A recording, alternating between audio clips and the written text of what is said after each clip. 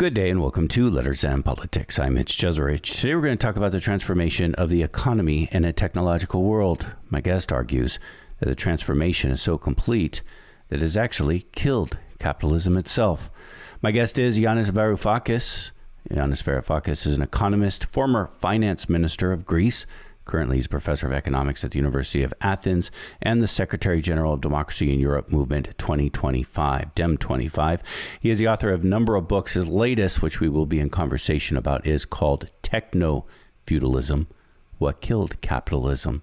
Yanis Varoufakis joins us from Athens. Mr. Varoufakis, always good to see you, sir. Thank you for taking this time. Well, thank you for having me back. It's a great pleasure.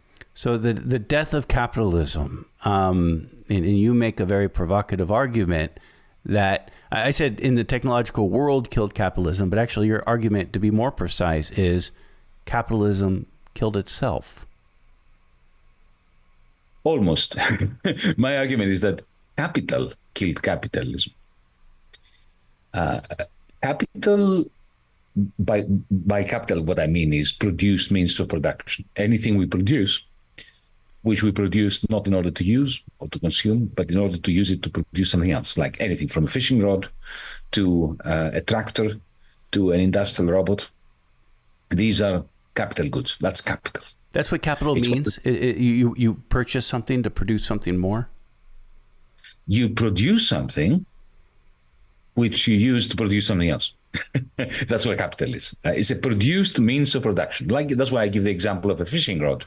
You create a fishing rod to catch the fish. You build the tractor to plow the land. You create an industrial robot, not because you like to use it for your pleasure, but because you use it in order to produce an automobile. So that's a produced means of production. That's what I mean by capital. I don't think of capital as money. It can take a money form, but capital is a produced means of production. And come to think of it, it's at the heart of the transformation of society 300 years ago from feudalism to capitalism. So under feudalism, it was land. If you owned land, and a lot of it, then you were the ruler of the universe, right? You were the landlord, you were the landed gentry, you were the feudal lord, you had power. You were the lord, the earl, the baron, and you had political power, economic power, military power, all sorts of power. Okay, that was feudalism. Now, what's capitalism? Capitalism is a system whereby wealth accumulates not so much to the owners of land, but to the owners of capital, of produced means of production. So under feudalism, land was the asset which allowed you to accumulate wealth and power. Under capital, it was machinery. It was produced means of production. It was capital. So my thesis, to cut a long story short, is that capital became so triumphant. It triumphed so strongly. It had no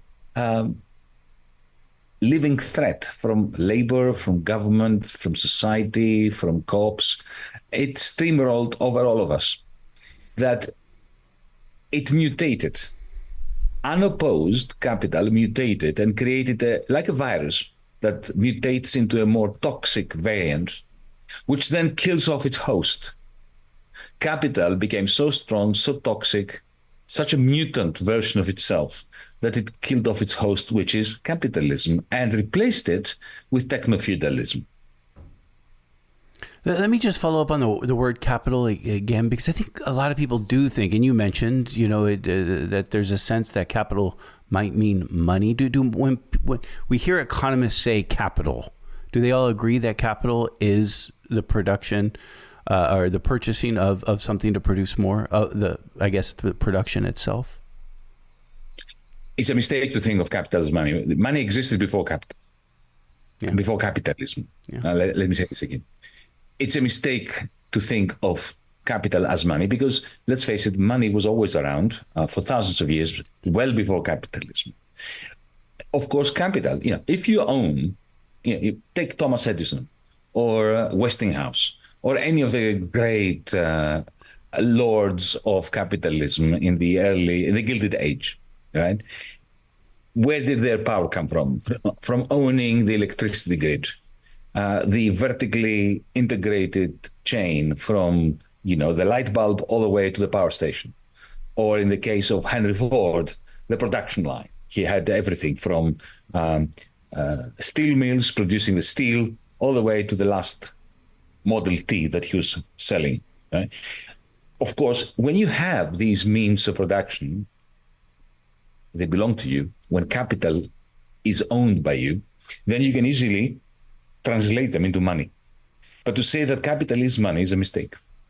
Yeah, no, that's a very good point. I mean, we have coins going back a couple thousand years. So money has been around for a long time. Of course, what we haven't had for a couple of thousand years is an internet, is an online world, is the technology, the phone, the smartphones, and all of these things. Tell me about this term you have, and you write about cloud capitalism. Cloud capital, not cloud capital. Cloud, I keep messing. There I go again. I keep messing these up.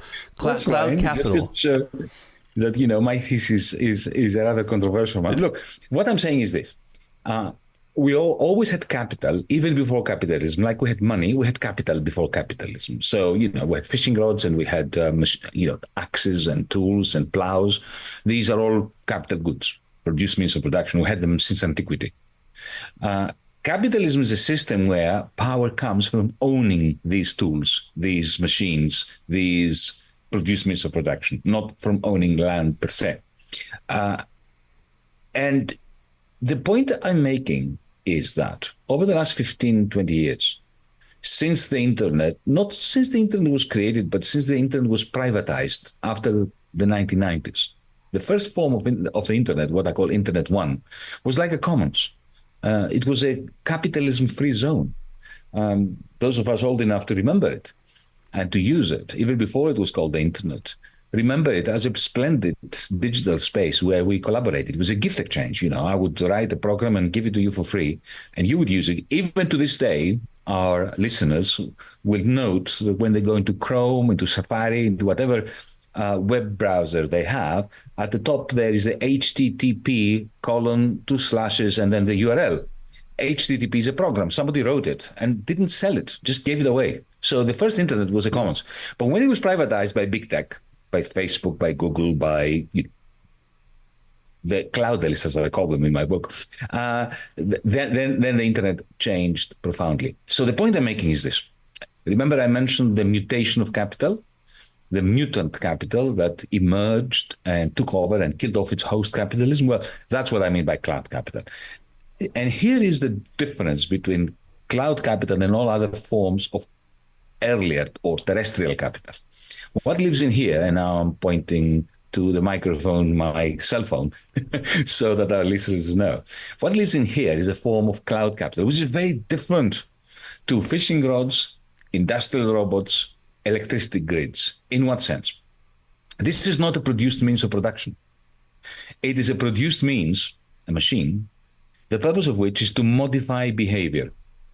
Now, behavior modification has always been with us. I mean, what you do, Mitch, with your program is you try to modify the behavior of people, to inform them, to educate them, to influence them, because that's what we do. Whenever we open our mouths, we try to modify people's behavior. This is part of human nature. It's part of society. It's the discourse. Orators, philosophers, priests, revolutionaries, anybody who opens their mouth has tried to modify the behavior of others. But this is the first time ever that we have a machine, a piece of capital, a produced means that modifies behavior. So once upon a time, it was just advertisers. That's why I use as an allegory Don Draper, the protagonist, the leading character in Mad Men. Brilliant man, half drunk, decrepit, but nevertheless he had brilliant ideas on how to make them buy burgers that they neither need nor want, right? Modify their behavior so that they actually consume stuff. That's what the advertisers did. Well, today, it's all done by machine. And it's not any kind of machine. It's a machine that is essentially functioning on the basis of algorithms that live on the cloud. Now, of course, the cloud is not up there. It's down here. It's totally terrestrial. It comprises server farms, huge server farms that are like factories, optic fiber cables, cell phones, cell towers. So it's really material. It's not airy-fairy stuff that lives in the cloud. We call it the cloud, but it's not the cloud. It's down here on Earth. And this is my point. My point is that this cloud capital has done two major things. It's done lots of things, but two of the major changes that cloud capital has brought to our lives. The first is that it has replaced markets. So think about it. If you have, like I have a Google Assistant here or an Amazon Alexa, just test them out. This is my excuse. They present themselves, or Siri on your phone, or Bixby, or whatever they call these assistants. They present those as our servants. So we give it instructions, wake me up at 7 a.m, or order some milk, or book me a ticket to fly to New York, right? They appear as servants of us, but they're not. They're interfaces that connect us to the cloud, to this cloud capital, which is designed, coded, so that we train it to train us, to give it information about us, so that it is trained to train us, to train it, to train us, to train it, so that it gives us good advice, captures our attention. And then because it's given us good advice in the past about what books to buy, what music to listen to on Spotify and so on, they're very good. I mean, they always give me advice on what to read, which I never regret following, or what music to listen to. Then once they grab their attention and have impressed us with how good their advice is, they can say, if you want to buy, an electric bicycle, this is the one to buy. And then you buy it. But not only that, not only has it convinced you to buy an electric bicycle, and this is a machine we're talking about, right? But it sells it to you outside the market. Once upon a time, when you watched a great, very inspired advertisement convincing you that you need a Big Mac, you had to go out of the house, go to McDonald's and buy it. Now you don't need to go to the marketplace.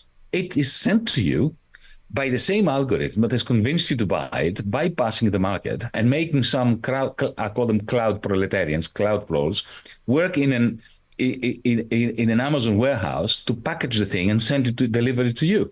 So markets are out. Now we have these digital platforms, which are called cloud fiefs, because they're like fiefdoms. Jeff Bezos does not sell you anything. He simply has enclosed you and the producer of the electric bicycle in the same cloud fief, and extracts 40% of what you pay, or 30% of what you pay for the electric bicycle. Bezos keeps.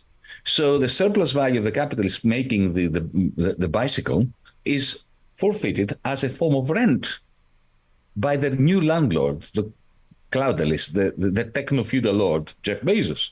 That's no longer capitalism. Welcome to techno-feudalism.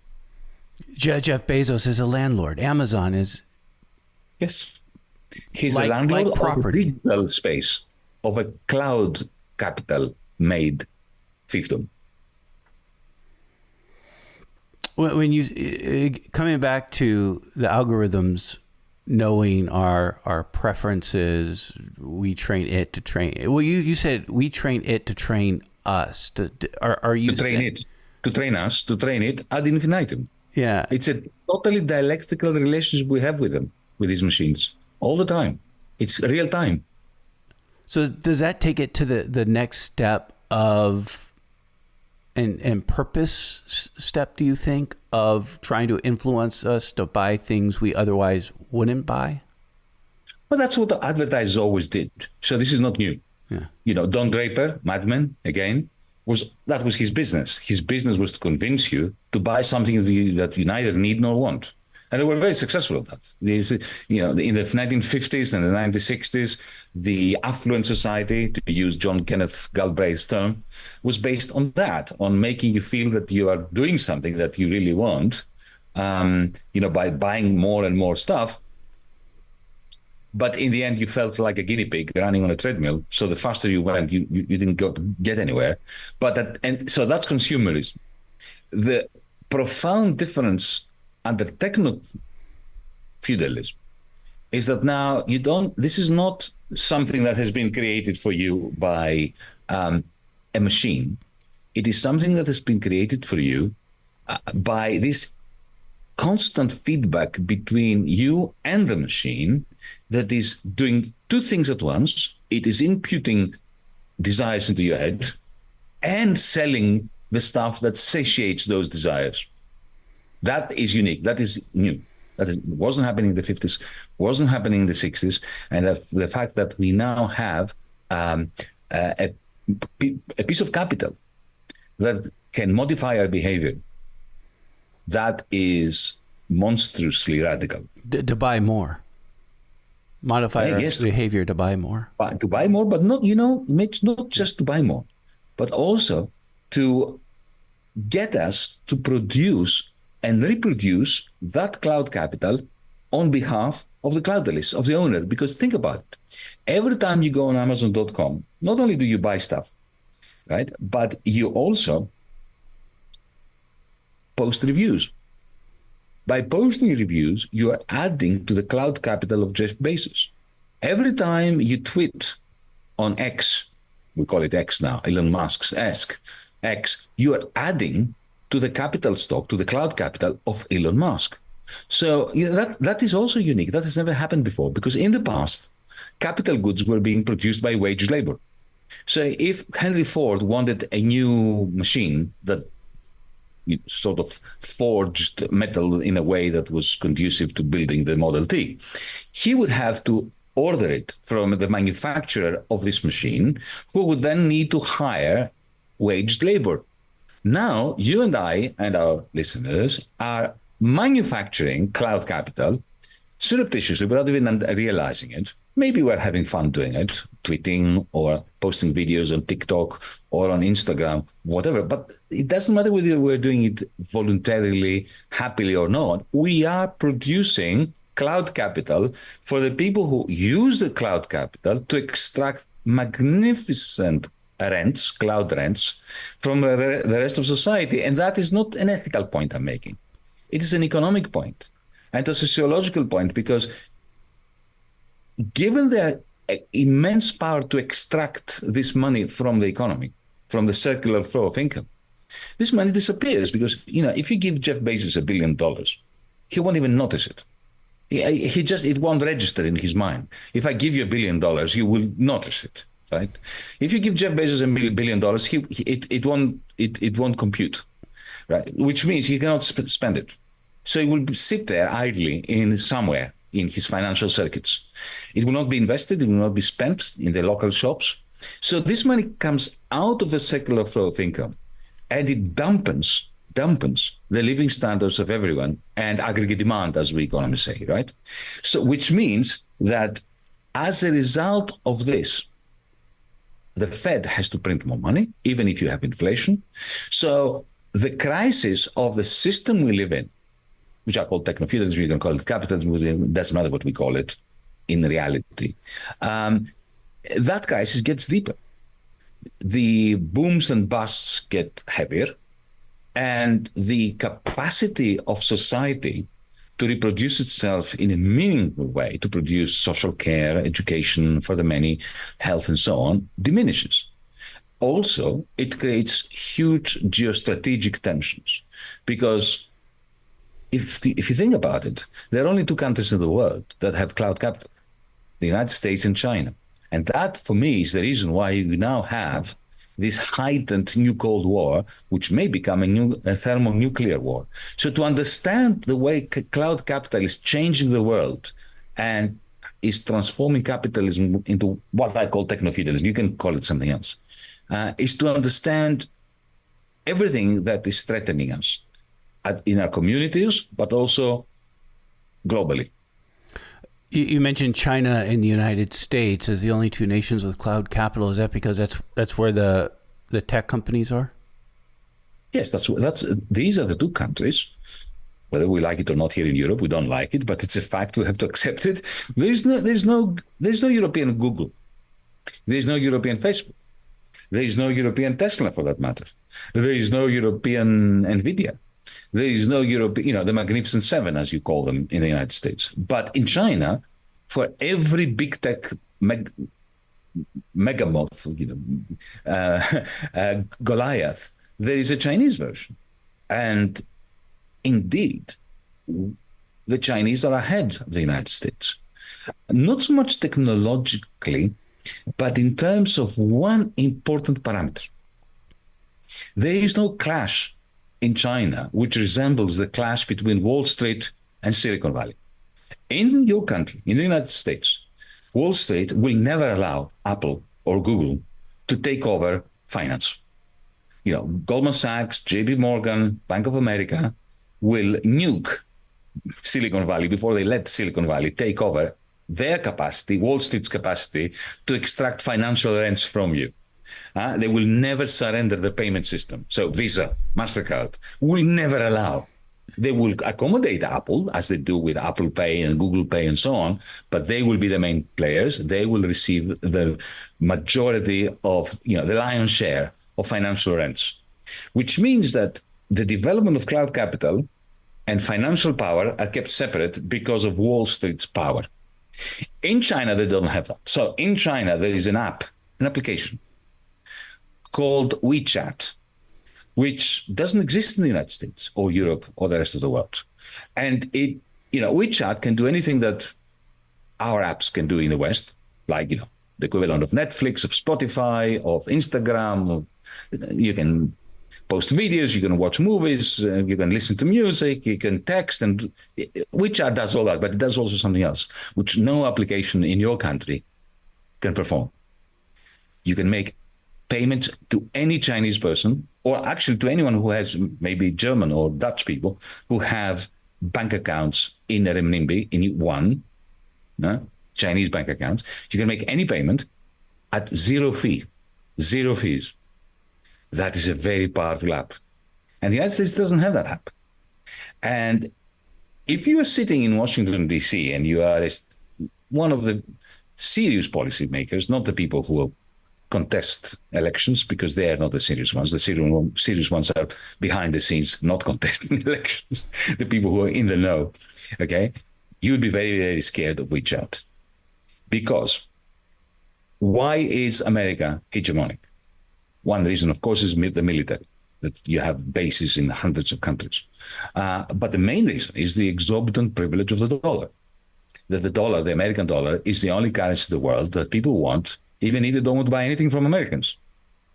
So, when I put gas in my car here in Greece, even if it is a Greek company that I buy my gas from, that has bought, petrol from a French refinery, that got the oil from, Algeria, there's no American involved in that. Still, at some point, there has to be a conversion from my euros to your dollars. So there's going to be a demand for dollars, even though I am not buying anything that involves any American company at all. This is, that there's only one country in the world that has this privilege, and that's the United States, because it has the monopoly of the international payment system. That's the dollar. But now the Chinese, even though they don't necessarily want to challenge the monopoly of the dollar, that's an important point, but that's a separate one.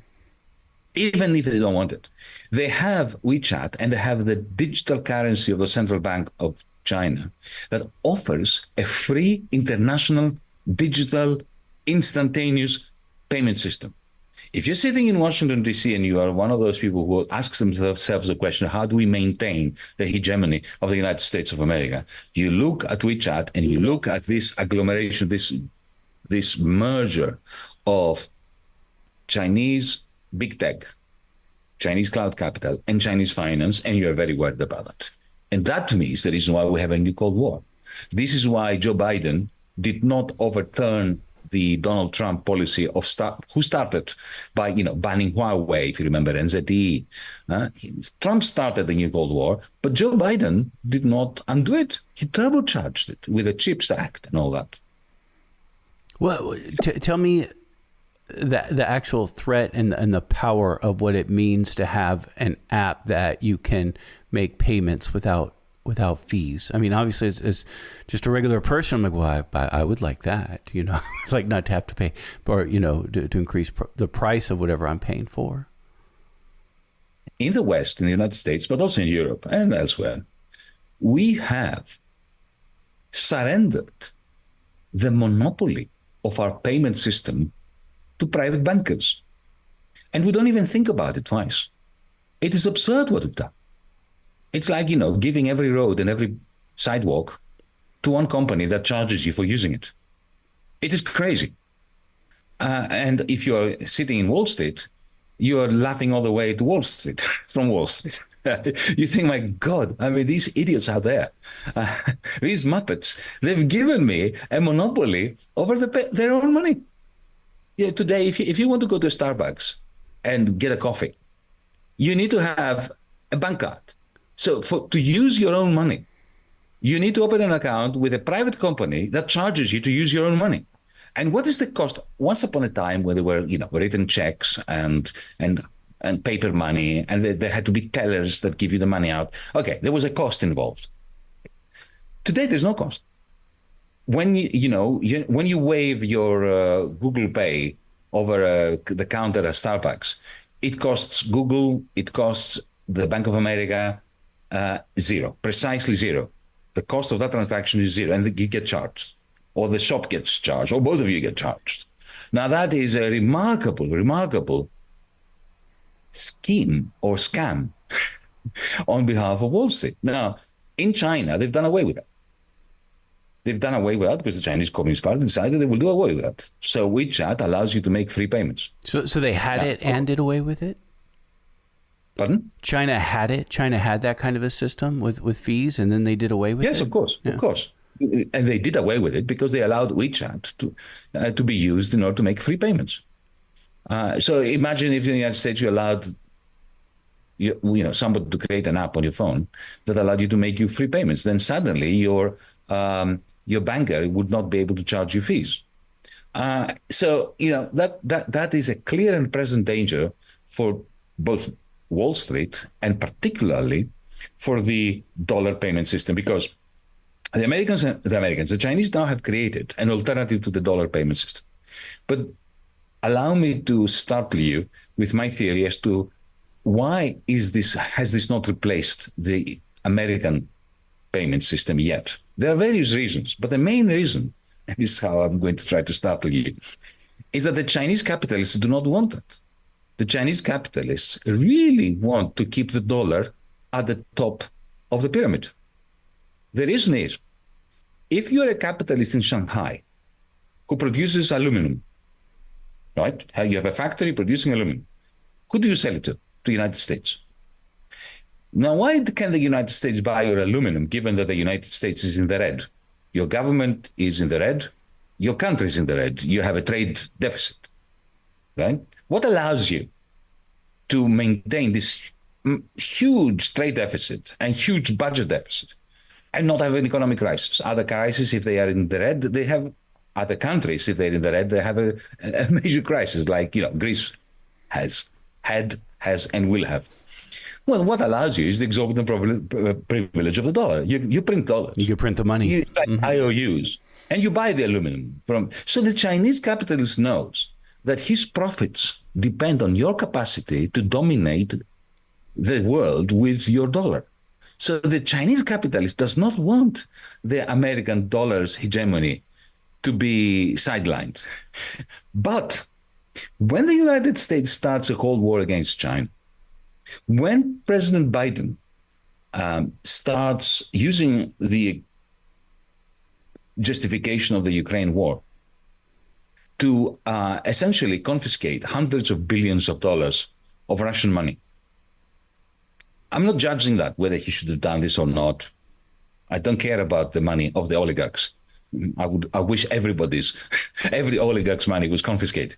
But I'm simply making the factual point that the moment the United States and Europe confiscate 400 billion US dollars of the Russian central bank, if you were an Emirati, a sheikh in Abu Dhabi or in Saudi Arabia, sitting on a pile of lots and lots of dollars, don't you start worrying?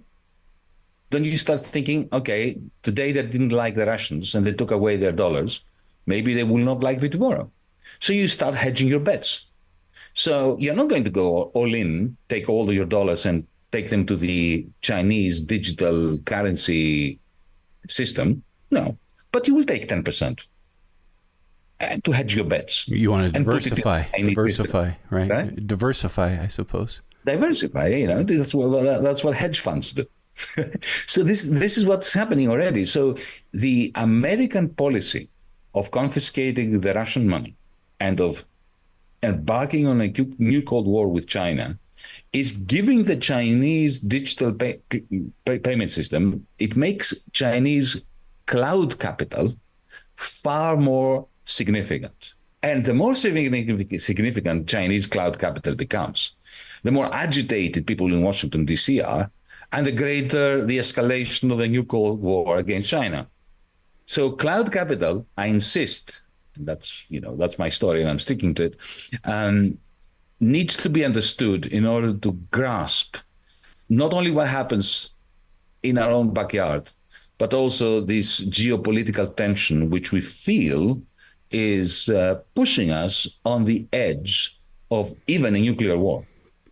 What is that fear that pushes it towards? I mean, you laid out the dynamic, and I get the dynamic that you're talking about. What you have in China, what you have in the United States, the payment system. I kind of get that, of course, but I largely get it. But why would that cause leaders in Washington, D.C. to react so strongly? They understand that American power, American hegemony, depends on the monopoly of international payments. They know that. It doesn't depend so much on the prowess of American business, on not even the American military. You see, back in 1971, Henry Kissinger was at a time when Richard Nixon was president, had been president for a couple of years. He was not at the State Department yet. He was leading the National Security Council. And he was very worried because, as we know, Henry Kissinger was the man that epitomized the thinking, the geostrategic thinking of the American government. Doesn't matter whether they were Democrats, Republicans, he was asking the crucial questions regarding the geostrategic power of the United States. And the question that he asked his staff at the National Security Council back in 1970, by means of a memo, he said, now that we are in deficit, he meant that now that the United States, because of the Vietnam War, the Great Society program of LBJ, America had a large deficit, trade deficit. It was buying more stuff. It was paying more dollars to foreign capitalists selling stuff to the United States than it was receiving from selling American goods to the rest of the world. And Kissinger understood that when an empire goes into the red, its decline begins. Whether this was the Roman Empire, the Spanish Empire, the Dutch Empire, the British Empire. The moment those empires went into the red, they started declining. And that started in 1968, 1969 in the United States. So his great concern was, we are now in the red. How are we going to stop ourselves from declining as a power? And a youngish man at the time, you will remember him, Paul Volcker, who later became the chairman of the Fed, who was working for him in 1970 as an advisor at the National Security Council and an undersecretary in the Treasury Department. He wrote back a very short answer, which was spot on. He said, what we must do is we must not practice austerity. We must not do any belt tightening because that will create a recession that will precipitate an even faster decline in the United States. What we must do is we must make sure that the capitalists from the rest of the world pay for our deficits, which is exactly what has been happening in the last 3-4 decades. Think about it. The United States has a trade deficit. Who pays for it? Well, it is the German exporters who export Mercedes-Benzes to the United States. It's the Chinese capitalists who export all that stuff to the United States.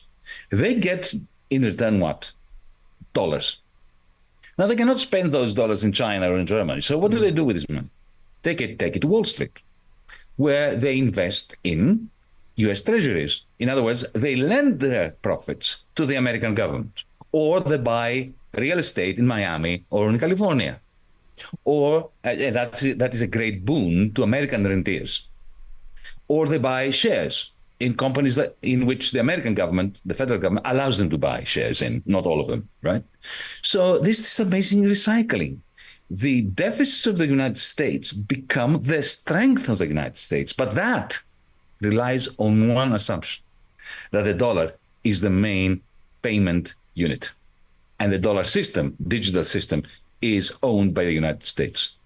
So when they started looking at the world from their ivory towers in Washington, D.C., and started realizing that the Chinese, unlike the Japanese, unlike the Germans, unlike the French, unlike the Indians, were developing cloud capital, which could, because it's merged with Chinese finance, unlike the United States, that this cloud capital could threaten the monopoly of international payments.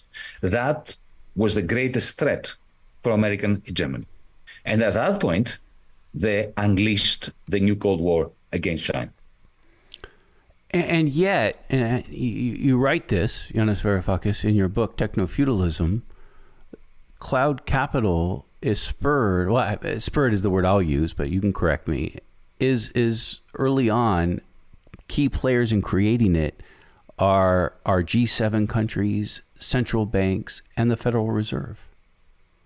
Yes, but that's completely unintentional. You know, this is how history proceeds. Very often, history proceeds through the power of unintentional consequences. So you will recall it very vividly, even more vividly than me, that in 2007, 2008, Wall Street went pear-shaped. For reasons, let's not get into why. Wall Street collapsed.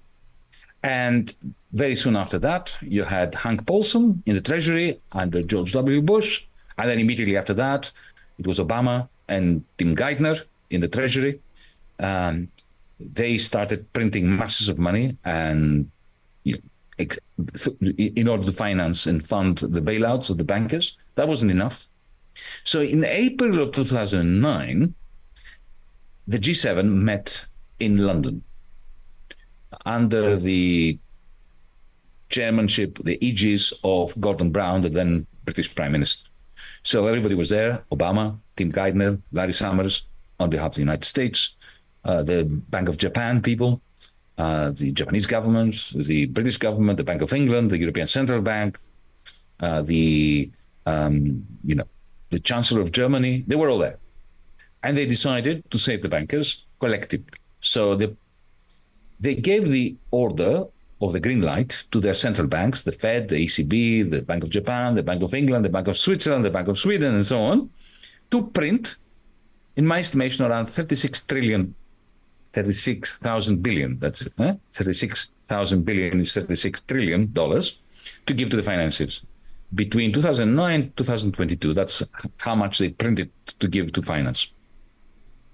Now, at the same time, you will also recall, they were practicing austerity for the many. So social services were being cut, wages were stagnant, healthcare was suffering all over the West. Here in Greece, we were the champions of austerity, but you had it too. You had your fair share of austerity. The British had it, the Germans had it, the Italians had it, the Spaniards had it. So this is the magnificent juxtaposition. 36 trillion for the financiers, austerity for everybody else, or almost everybody else. Now, when you practice austerity, essentially people don't have money. So imagine you are the CEO of Ford, General Motors, General Electric, or Volkswagen in Europe. And you look out of your window and you see the masses, the hoi polloi, having very little money.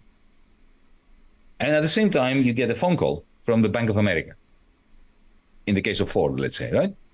And it says, hi, Mitch, I have 500 million for you.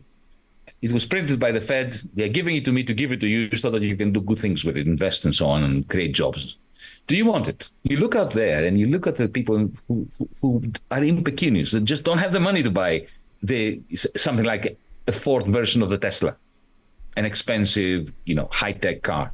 So you say, no, I don't really want it. And the Bank of America guy says, but I have 500 million for you. I'll give it to you for free. 0 interest rate. Because the Bank of America was getting at a negative interest rate from the Fed. So even if it gave it to you for free, the Bank of America was making money. So you say, okay, all right, give it to me.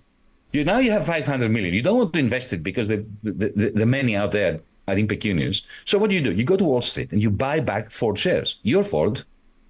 You take money from the state through the Bank of America and you buy back Ford shares.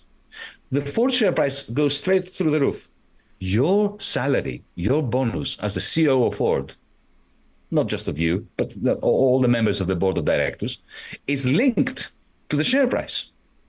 So you're laughing all the way to your own bank, okay? But you haven't invested anything, right? The only capitalists who actually invested were the cloud capitalists, the ones who had cloud capital. Jeff Bezos, Mark Zuckerberg. Take Facebook. I have it on good authority from within Facebook, and I have this information in my book, that out of every $10 that went into Meta, into Facebook, into creating the service and the AI and everything that makes Instagram and Facebook work and so on, out of every $10, 9 was printed by the state, by the Fed. So essentially, and this is the unintended consequence. I'm not saying that the Fed printed it in order to finance cloud capital. No, they did it in order to save the bankers after 2008. They had no idea that the unintended consequence of those bailouts would be that essentially the state produced cloud capital on behalf of its owners. That's why it's not capitalism anymore, because it's completely state-based. So the state has created a new kind of digital landlords who charge rents. They don't extract profits. They extract rents. And that's why I'm saying, and I know it's got shocking value and it's controversial, but I'm saying to my readers, this is no longer capitalism, folks. This is a kind of techno-feudalism. We haven't gone back to feudalism of yesteryear.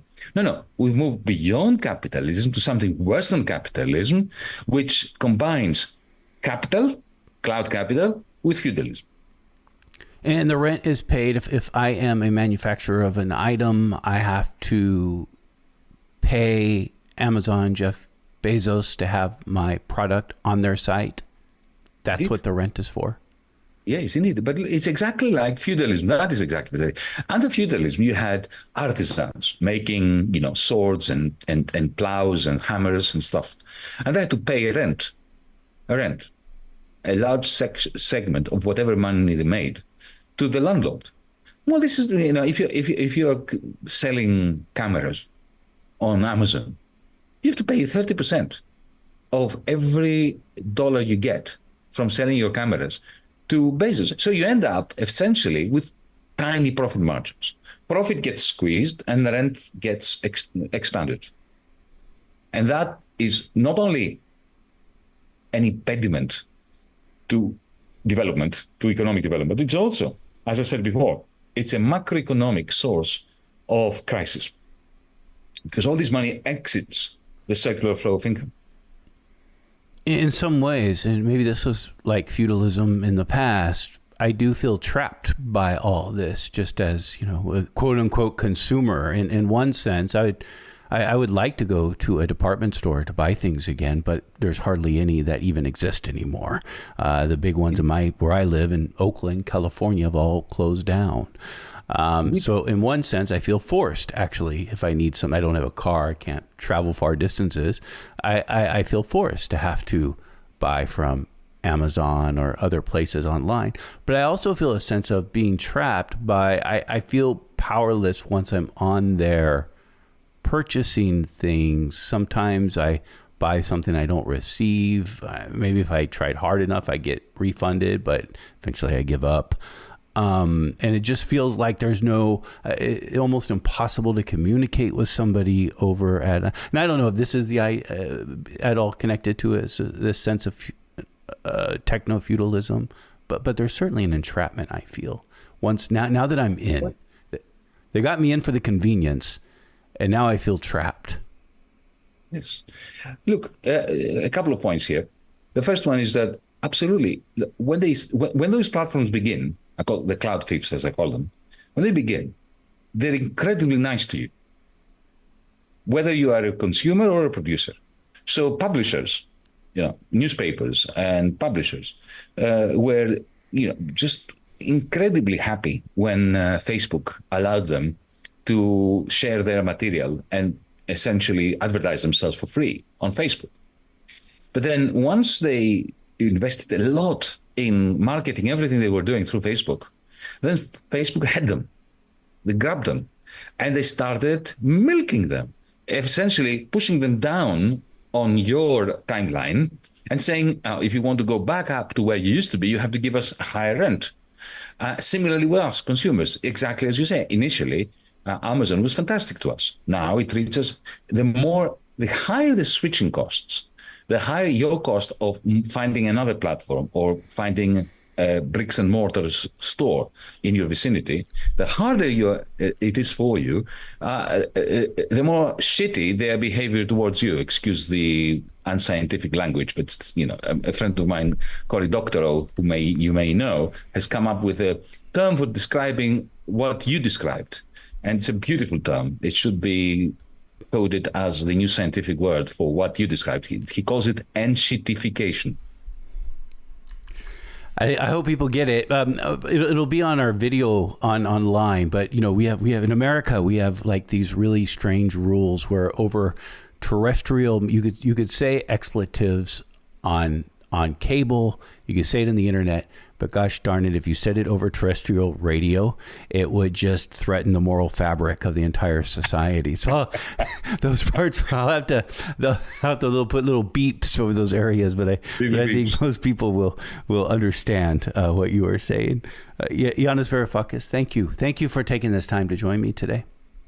I really enjoyed it, Mitch. Thank you so much. Again, Yanis Varoufakis has been our guest. His book is called Techno-Feudalism: What Killed Capitalism.